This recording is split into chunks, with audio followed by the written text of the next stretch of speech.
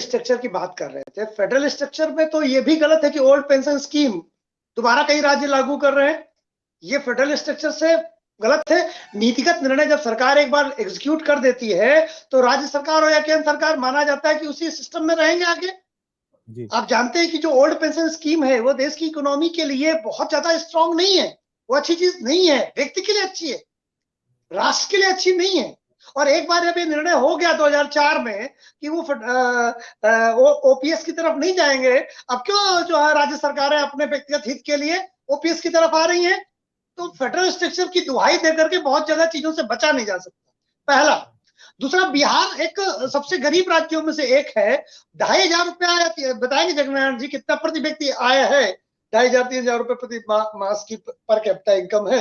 अब इस इनकम के साथ में ये कह रहे हैं हम 10 लाख लोगों को सरकारी नौकरी दे देंगे, तो बाकी बिहार के गरीबों को क्या उसके ढक्कन के नीचे बंद करेंगे? सरकारी नौकरी एक छोटे, मैं बोल लूं फिर आप बोलिएगा। सर मैं बीच में नहीं बोलता आपके, जब मैं बोलूं तब आप बोलिएगा, तो इससे थोड़ा सा दर्शकों को हमारी बात समझ में आएगी। तो ठीक है, 10 लाख परिवार को, ठीक है, 10 लाख लोगों को 10 लाख परिवार, वो संभव ही नहीं है। 10 लाख नौकरी नहीं दे पाएंगे। अभी इन्होंने 3 महीने में 10-10.5 हजार कही है, उसमें से भी 5-6 हजार तो पहले से ज्वाइनिंग हो गई है, रिज्वाइन करवाया है, जिसको लेकर के बिहार सरकार को जवाब देते नहीं बन रहा है।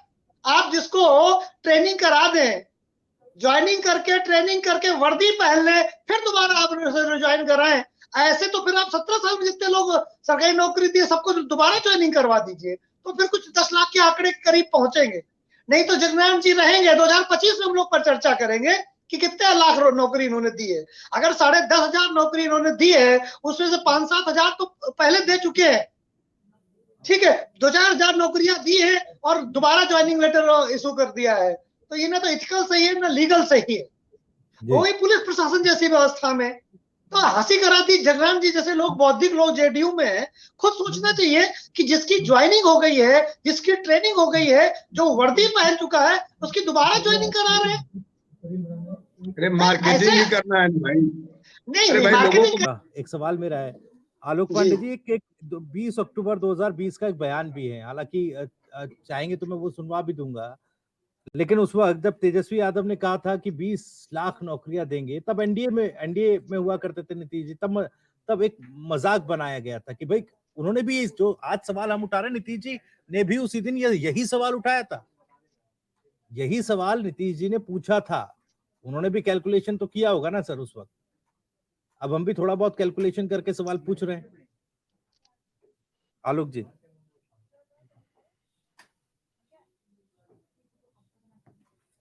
आलोक जी से लगता है संपर्क टूट गया है, उनको दोबारा जोड़ते हैं। सर मेरा सवाल सुन रहे हैं क्या आप? जी हाँ सुन लिया, मैंने सवाल सुन लिया। देखिए ऐसा है, राजनीति में नेता लोग जनता को बेवकूफ मानते हैं, ये फंडामेंटल ऑफ इंडियन पॉलिटिक्स है। तो जब भी हम विपक्ष में होते हैं, हम कई बार बात कह चुके हैं, बहुत अलग अलग माध्यमों में भी कह चुके हैं कि जब हम विपक्ष में होते हैं तो ऐसा ऊल जरूर बोलते हैं जिससे कि जनता उस बार उन्हें मत दे दे। जी आरजेडी ने कह दिया 20 लाख, तब उन्हें नहीं पता था कि 20 लाख नौकरी का मतलब क्या होता है, लेकिन नौकरी का एक मुद्दा पकड़ा लालू यादव जी के बेटे ने, और उसने उस मुद्दे को छोड़ा ही नहीं, एक मुद्दे को झकझोरा, क्योंकि एक ऐसा मुद्दा था जो लोगों को आकर्षित करता है। तो नेताओं की बहुत मतलब, हम नेताओं के लिए क्या कहें, मेरे पास बहुत अच्छे शब्द नहीं है भारतीय नेताओं के लिए। मैं ज्यादातर नेताओं को उनके बदजुबानी और मतलब धोखेबाजी और हम क्या कहें, मतलब हमारे मन में तो बहुत दूसरा गड़बड़ शब्द आ रहा था, कहेंगे नहीं। ये लोग इतने दगाबाज है जनता के लिए, जितना इन लोगों ने वादा किया उसका 10 वादा पूरा कर देते तो हम अमेरिका से बड़ी इकोनॉमी होते। ये धोखेबाज, जनता को बेवकूफ बनाने वाले फरेबी होते हैं ज्यादातर नेता। अब ये 20 लाख की नौकरी दे सकते हैं? नहीं दे सकते, मैं गारंटी लेता हूं, नहीं दे सकते, झूठ बोला उन्होंने। 2 करोड़ के बारे में आंकड़े में देते रहेंगे। देखिए मैं बोल लूं फिर आप बोलिएगा, आंकड़े पे आंकड़े चलता रहेगा। इन्होंने कहा था हम 2 साल में 20 लाख नौकरी देंगे, 20 लाख कहा इन्होंने केवल। वो कहते हैं हम पहली कैबिनेट मीटिंग में दे देंगे, पहला साइन होगा। अब कह रहे हम 2 साल में देंगे, जब 2 साल होंगे तो 25-50 हजार का ग्राफ पकड़ाएंगे, बोले अगली बार आएंगे तब देंगे। क्या तेजस्वी यादव ने कहा था कि पहली मीटिंग में देंगे? नहीं देंगे, तो नहीं दिया पहली कैबिनेट मीटिंग में। मुख्यमंत्री डिप्टी सीएम बन गए, अपना वादा पूरा किया। नीतीश कुमार ने कहा 20 लाख नौकरी देंगे, अब ये कह रहे कि 2 साल में कहा। आप दिखाइए बयान, नीतीश कुमार ने जब वादा किया था कि हम 20 लाख नौकरी देंगे, साथ में बोले थे कि हम 2 साल लगेगा, 5 साल लगेगा। जनता को ये लोग आधी बात बताते हैं, बेवकूफ मानते हैं नेता। जिस दिन जनता इनकी इस षड्यंत्रों को जान गई, इनको इस तरह से सबक सिखाएगी। कोई भी नेता हो, जो नेता झूठ बोलेगा वो नहीं जीतेगा भारतीय लोकतंत्र में। जब तक ये लोग झूठ बोलकर जीतते रहेंगे ना, ऐसे ही हमारे भावनाओं का ये दोहन करते रहेंगे, किसी भी पार्टी का नेता क्यों ना हो। मैं एक पार्टी विशेष की बात नहीं कर रहा हूं। नौकरी हो, रोजगार हो, बिजली हो, शिक्षा हो, सड़क हो, स्वास्थ्य हो, सब झूठ बोलते हैं, ज्यादातर झूठ बोलते हैं लोग। अगर झूठ ना बोलते होते तो 75 साल में गरीबी दूर ना हो गई होती। एक इंदिरा गांधी थी, वो कहती थी कि नारा देती थी, ये कहते थे इंदिरा हटाओ, मैं कहती हूँ गरीबी हटाओ। कांग्रेस ने गरीबी हटा पाए? ये लोग सामाजिक न्याय के नाम पर आए थे जेपी के शिष्य। इन्होंने सामाजिक न्याय किया या पारिवारिक न्याय किया? लालू यादव कितने बड़े रईस घर के लड़के थे, आज कितना पैसा किसी छुपा है? जितनी भी क्षेत्रीय पार्टियां हैं, उत्तर प्रदेश समाजवादी पार्टी है, आरजेडी है, जेडीयू है, जितनी भी क्षेत्रीय पार्टियां हैं, ये लोगों ने अपने लोकतंत्र को घर की बपौती मान लिया, नौकर मान लिया लोकतंत्र को। मजाक बना के रखा है जनता के साथ में इन लोगों ने। करते क्या जनता के साथ? सिर्फ झूठे वादे करते हैं। इतना तो बेवफा प्रेमिका झूठ नहीं बोलती होगी जितना ये लोग जनता से झूठ बोलते हैं, और फिर टीवी में आकर के दूसरे नारे कितने कुतर्क देते हैं। ठीक है सर। जगनारायण जी जवाब दीजिएगा, सवाल ये चर्चा को विराम देंगे जी। देखिए जगनारायण जी जो बात कह रहे हैं ठीक है, क्योंकि मुद्दा बिहार पर है, इसलिए बिहार फोकस था। ठीक है, जब आप जानते हैं मोदी जी, हम लोग जब बात आती है तो मैं ऐसा नहीं कि भारतीय जनता पार्टी को कहीं से किसी तरह से या किसी भी पार्टी को कोई मैं एस देता हूं, ऐसा है नहीं। मैं किसी पार्टी का मेंबर हूं नहीं, ना किसी पार्टी से मेरे अकाउंट में पैसे आते हैं। ठीक है, तो ऐसा बिल्कुल नहीं है, क्योंकि मुद्दा आज बिहार के मैटर को है, पहला। और दूसरा, जो सोशलिस्ट विचारधारा के लोग आए थे वो इसी विचारधारा के अगेंस्ट में आए थे कि वो गरीबों और दलितों को तक सत्ता पहुंचेगी, परिवार तक अकेले नहीं। जगनारायण जी बड़े बौद्धिक आदमी, जानते हैं इस बात को। इसी बात की प्रतिक्रिया में क्या वो सत्ता हमेशा फेवर करती तो फिर कांग्रेस बनी रहती, फिर हम जेडीयू को और आरजेडी को क्यों ले आए? लालू यादव क्यों नेता बने? फिर कांग्रेस क्या बुरी थी? इसीलिए तो ये सोशली विचारधारा आए थे ना कि ये लोग केवल फेवर करते थे। मैं नहीं कह रहा हूं कि बीजेपी दूध की धुली पार्टी और जैसा बन गए, लेकिन आप बताइए बीजेपी का अगला अध्यक्ष कौन? कोई नहीं बता सकता। बीजेपी में अगला प्राइम मिनिस्टर कौन? आप नहीं बता सकते। तो कम से कम वहां बड़े पदों तक आरक्षण नहीं है। लेकिन आप जानते हैं कि लालू यादव के बाद उनका बेटा बनेगा, अगर लालू जेल गए तो उनकी बीवी बनेगी, मुलायम सिंह यादव के बाद अखिलेश यादव बनेंगे, चाचा तक का नहीं है। क्या यही विचारधारा लेके समाजवादी विचारधारा आई थी जेपी को लेकर के? जेपी यही कहते थे। मैं ये कह रहा हूं, मैं नहीं कह रहा हूं कि आप अपने लोगों को फेवर ना करें, लेकिन आप सर्वोच्च पद आरक्षित कर देते हैं। लोकतंत्र को आप वंशवाद में इस तरह से उसकी जकड़ देते हैं, उसकी आत्मा मर जाती है, और फिर आप कहते हैं सत्ता हमेशा अपने लोगों को फेवर करती है। मैंने कब मना किया? लेकिन सत्ता को घर की जनता को अपने पैर की जूती मत बनाइए। हम पहनेंगे फिर बेटा पहनेगा। गरीब आदमी का बच्चा क्यों मुख्यमंत्री बिहार का नहीं बन सकता? नीतीश के बाद नीतीश जिसको चाहेंगे वही बनेगा, या लालू का बेटा ही मुख्यमंत्री बनेगा? क्यों भाई, क्यों बनेगा? अगर ऐसा होता तो लालू यादव मुख्यमंत्री बनते क्या? गरीब आदमी का बच्चा था ना मुख्यमंत्री बना। अब तुम पैसे वाले हो गए, अपने बेटे को बना दिया। अब अगला बेटा मेरा बेटा बनेगा, क्योंकि जनता तो बहुमत दल का नेता चाहिए। आपने व्यवस्था को ऐसे कस लिया है कि बहुमत दल का नेता आप ही को मिलेगा। मैं इस बात का विरोध कर रहा, मैं लोकतंत्र में बड़ी बड़ी बातों का विरोध करता हूं। आप 10 लाख ना कहिए, आप 2 लाख कहिए, फिर पूरा करिए। 2 करोड़ उन्होंने वादा किया, आज तक उनकी आलोचना हो रही, नहीं पूरा कर पाए ना। आप उन्हीं से सबक ले लेते। आप केंद्र की भारतीय जनता पार्टी से क्यों सबक नहीं लिया आपने? जब वो केंद्र में रह के 2 करोड़ नहीं कर पाए, आप राज्य में जहां सबसे बीमारू राज्यों में से नीचे है, 2-2,500 रुपए प्रति व्यक्ति प्रति माह इनकम है, वहां आप 10 लाख नौकरियां कैसे दे सकते हैं? इतनी हमारी दादी कहती थी कि बड़ा कौर खा लो, बड़ा बोल न बोलो। अरे कम से कम बिहार की जनता को ऐसे सपने न दिखाइए जो पूरे नहीं हो सकते। जस्ट एस्टिमेट वाली बात आप कर रहे हैं, और बात कर रहे हैं 10 लाख की नौकरी देंगे, तो कहते हैं जस्ट एस्टिमेट, हम कोशिश करेंगे कि हम 10 लाख नौकरी देंगे अगर हमारा बजट बना।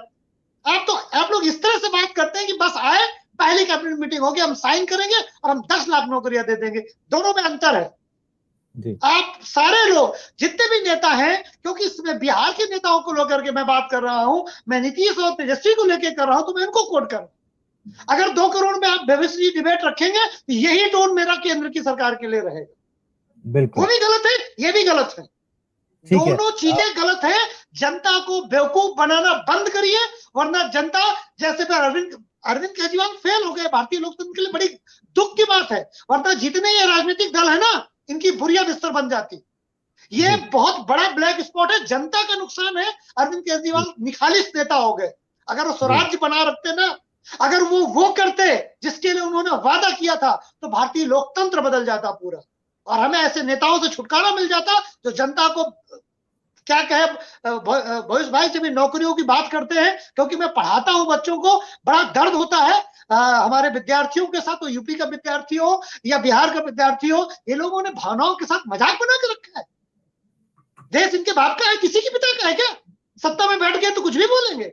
हमारी गरीबी का, हमारे बेरोजगारी का, हमारी लाचारी का नेता फायदा उठाते हैं। शर्म आती है मुझे ऐसे नेताओं पर जो लोग इस तरह की बयानबाजी करते हैं, पर मजाक करते हैं देश की जनता के साथ जी। और जनता अगर ये वादा नहीं पूरा किए तो याद रखिएगा, जेडीयू और आरजेडी, मेरी भविष्यवाणी, भविष्य भाई मैं बहुत भविष्यवाणी करता हूं, जनता खोपड़ी में बैठाती है तो रगड़ के भी फेंक देती है। इंदिरा गांधी इसका उदाहरण है, इंदिरा गांधी बहुत पुराने नेता, अच्छी तरह जानती है। तो जनता को बेवकूफ मत बनिए, उतना वादा करिए जितना पूरा कर सकते हैं, फिर नहीं तो जस्ट एस्टिमेट से काम ना चलेगा। ठीक है, जल्दी से रिस्पॉन्ड करिए जगनारायण जी। उसके बाद ग्लोबलाइजेशन के बाद तो फिर क्यों कहते हैं आपकी 10 लाख देंगे हम? न कहिए, ये मैं कह रहा हूं, आप 2 लाख कहिए, 1 लाख कहिए। पहले आउटसोर्सिंग शब्द आता था, आउटसोर्सिंग सुने थे कभी? मैं ये कुछ नहीं जानता, मैंने कहा कि आपने 10 लाख कहा, पहली कैबिनेट मीटिंग में दे पाए, नहीं दे पाए तो क्यों कहा? पांडे जी, आप 50,000 कहिए कि हम 50,000 नौकरियां देंगे। जनता को झूठे सचवा क्यों दिखाते हैं भाई? मेरा सिर्फ ये कहना, मैं नहीं कह रहा हूँ कि आप भैया, मैं सॉरी चाहता हूं, मैं बीच में बोल दिया, आमतौर पर मैं नहीं बोलता। मैं भैया जगनारायण जी ये नहीं कह रहा हूँ कि आप 10 लाख नौकरी दे या ना दे, हम कह रहे हैं 50,000 दे सकते हैं तो 50,000 कहो, बच्चा 50,000 की तैयारी करे। आप समझिए उसके साथ धोखा हो जाता है। आप दिखाते हो इतना बड़ा, देते हो इतना मुद्दा। मेरा विरोध इस बात से, मैं नहीं कहता कि देखिए एलपीजी आ गया है, गवर्नमेंट सेक्टर वीक है, बहुत ज्यादा नौकरियां नहीं है, तो आप कहिए मत, फिर झूठ मत बोलिए पब्लिक से। लड़का तैयारी शुरू कर देता है कि अभी 10 लाख निकलेंगी नौकरियां, और वो फिर ठगा जाता है। हम उस दर्द से, उस बच्चे के दर्द से गुजरते हैं भविष्य जी। नेताओं को क्या, उनके बच्चे तो विदेश में पढ़ते हैं, आके बढ़िया एमएनसी में जॉब करते हैं। एक गरीब आदमी के बच्चे से पूछो कि उसके लिए 10 लाख नौकरी का स्वप्न जो बोलते हैं, उसके बाद उसका कितना बड़ा छलावा करते हैं। फिर कहते हैं बजट इज जस्ट एस्टिमेट। ये कहा था जो नीतीश कुमार ने और तेजस्वी ने कि बजट इज जस्ट एस्टिमेट, हम एस्टिमेट करके देखेंगे और फिर बताएंगे। आप शब्दों के खेल में पब्लिक को बेवकूफ बनाते, उसका मत ले लेते हैं, फिर कहते हैं budget is just estimate. Jagnarayan ji आपको पता है बजट इज जस्ट एस्टिमेट, तो फिर क्यों बोला था 10 लाख नौकरी? फिर कहते हैं 10 लाख नौकरी जस्ट एस्टिमेट, हम निकालेंगे, 10 लाख उम्मीद करते हैं हम 1 लाख दे पाए, 2 लाख देखेंगे। फिर आप जनता से ये कहिए, सही बताइए जस्ट एस्टिमेट क्यों कहते हैं? फिर आप जो है, मैं बस ये दोहरे प्रक्रम से जगनारायण जी हमें दिक्कत है, हम ये नहीं कह रहे 10 लाख नौकरी निकाल दे।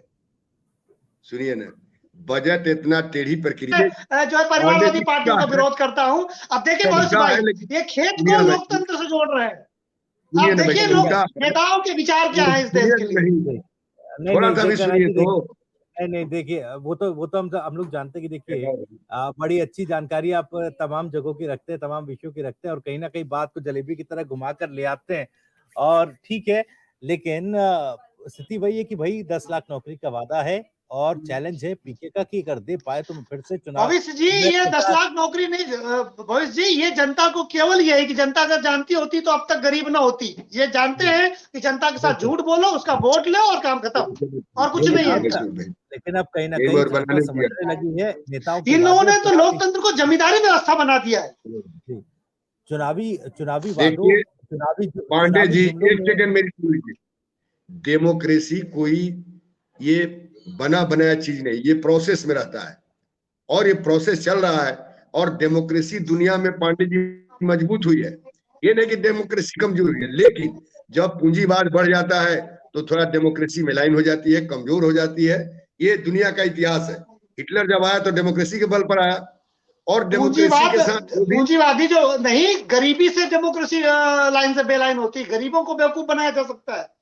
पूंजीवाद से नहीं लोकतंत्र कमजोर होता है, ये गरीबी जितना होता है, छोटी छोटी चीजों में लोगों को बरगला लेते हैं। 10 लाख नौकरी इसी का सिगूफा है। पांडे जी आप इसी जो हालत बोल में रहे निकला हैं, लिया जगनारायण जी से।